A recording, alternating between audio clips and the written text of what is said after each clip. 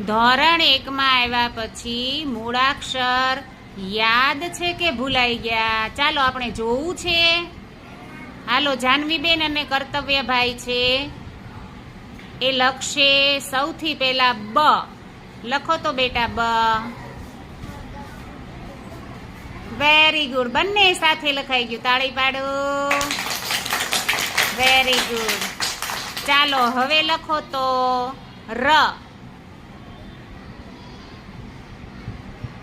Very good, બંનેને યાદ છે હો ભાઈ. હવે લ.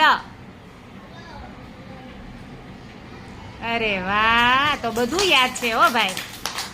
બહુ સરસ, વેરી ગુડ. હવે લખો તો છ.